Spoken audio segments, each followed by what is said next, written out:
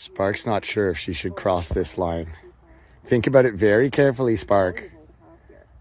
Otherwise, you'll end up like the poor garlic girl.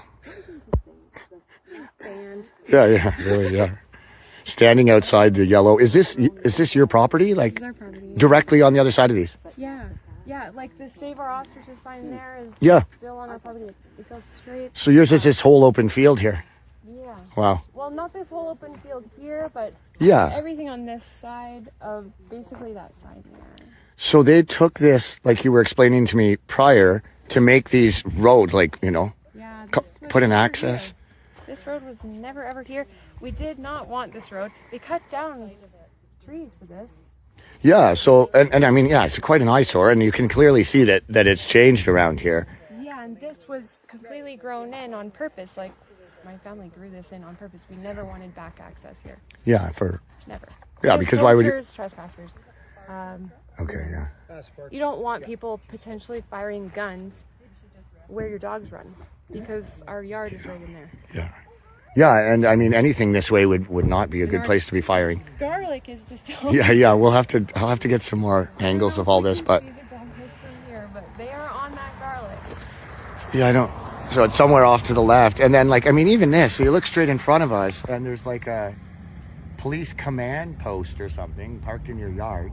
Yeah, this is a heating truck, and they just moved their cell tower here. Fun. As well, because it was on the corner before, so they've moved that here.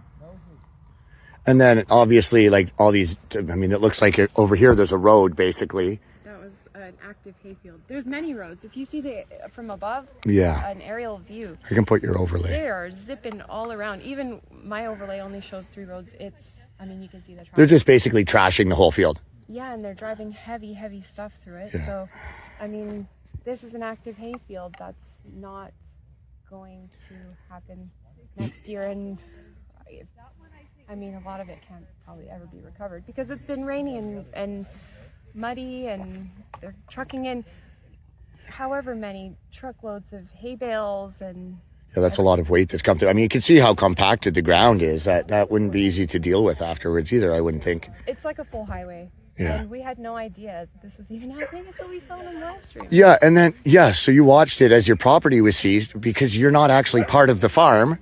And I think you mentioned it before, but you weren't part of that initial quarantine? Like, it wasn't seized until they took over the whole area kind of thing. Yeah, ours was seized before they even served warrants to my family. They had already taken ours. Because they need your place to surround and tyrannize the farm. Yeah. They've built, this is how they will truck in anything. Like, and now they're not using this because this tape is up right now. But, so their motorhome will still go through our whole yard and all around us. And that's how they're moving everything to keep away from the people. Yeah, and they're changing their approach a little bit because, I mean, we've been putting some pressure on them and exposing a bit of what they've done. Yeah. What about your access? Are you forbidden now, like, completely? Oh, I can access the house now. Okay. Oh, okay. We're only allowed access to the residence. That's it. We can go from the gate to the residence. Anytime, or you have to give warning? No, now I can go anytime. I have written access. I'm allowed, but we're no longer allowed to have our dogs here. Yeah, so small victories, but they're not really victories. They still have to flex their muscles however they can. Yeah, I mean, I'm glad you're at least allowed in the house, but this whole thing is so dystopian. I can't imagine what it's like for you. Yeah, and they can revoke access at any time, they've said. Yeah, so it's like their, what was the word they used? At their good graces or their discretion? Gracious enough to let us have the house, at least for now. But yeah, obviously, if they decide otherwise, they can just stand in front of us and say no. And that must be, I mean, I would think that would be kind of stressful, even though they say, you can go in. You don't know every time, really. No, and if you get a different shift of RCMP that aren't familiar with you or they're new, I have to then talk with them all over again and convince them that I'm, allowed in. Yeah. I mean, they now have been warned, I think, in email that I have to come in, but I have to identify myself every single time. So you're showing your papers still to get in, and that's a major improvement. I know my name now, and so I'll go to the gate and they'll, come running out and be like, "Allie, is that you?" And I'll be like, "Yeah, it's Allie." But last night my mom got in later than me, and they said, "Allie, is that you?" And she said, "No, it's Allie's mom." And they it's just stressful. You can't. Yeah, I can't It's not imagine. subtle. Yeah, I to can't get imagine. in and out of your own. And like, I don't think it would ever be possible to get used to like what's going on here on your property and these police everywhere. And, you know, you just get used to one or kind of calm things down. And a new shift comes in, then you've got a whole bunch of armed strangers on your property. Yeah. And at one point I was in the house when the shift changed. And so I knew that I was going to come out behind them and they wouldn't be expecting me because had just already been in there and it was a whole new shift. So as soon as I was coming out, I was nervous. I was scared to come out because I didn't want to surprise them. They all told us, we don't like people sneaking up behind us. So don't be walking around in your yard. You can't walk around in your yard because right here, like we see the birds from our yard, like where those trucks are parked in that center part. Yeah. That's You can see them. Yeah. like that's right up against our yard. So they don't want us there because we could see what they're up to. Yeah, I mean, they did this to isolate people back, to keep people back from, I think, seeing what they're doing. And, like, particularly someone on the inside of their line, they're going to, I mean, I kind of get it in a gross logistical way, but it's certainly not human. It's weird. We're not allowed to walk around the yard. We're not allowed to.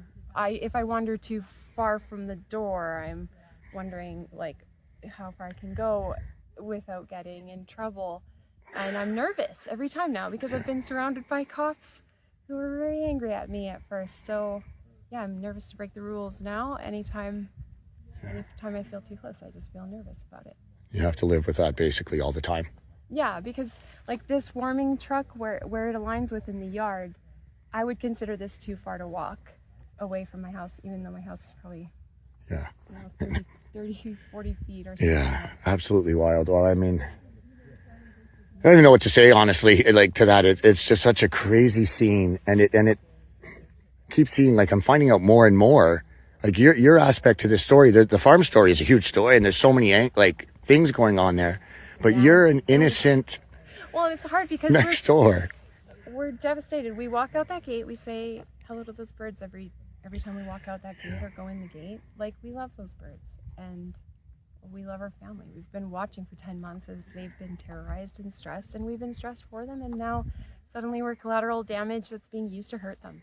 And to have your property scarred in this way to hurt your family and to kill animals that you love is the most sickening feeling that I've ever had, honestly. Yeah, I can only imagine. And you mentioned to me too, you know, like, God forbid the worst happens here, but no matter what happens, when CFI leaves and the attention's gone, like you and your family we'll still be here. Yeah. So We'll have to deal with whatever happened here.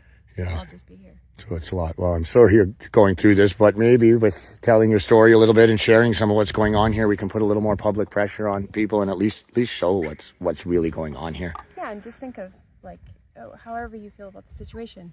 Would you be comfortable if this was your neighbors that they wanted to do this to, and your property just looked good for it?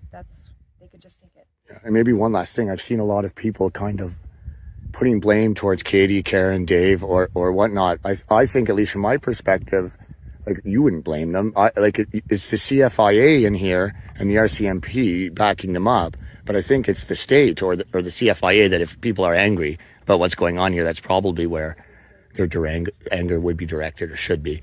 Well, it's just me, but my family would never take a payout in exchange for healthy birds' lives. It's pretty simple. It doesn't really matter. I think where you stand on that is, killing healthy animals because it's written on paper that you should is just wrong. Yeah, and particularly because the government just decides it. Okay, well, thank you so much. I'm sure we'll have more coming about this.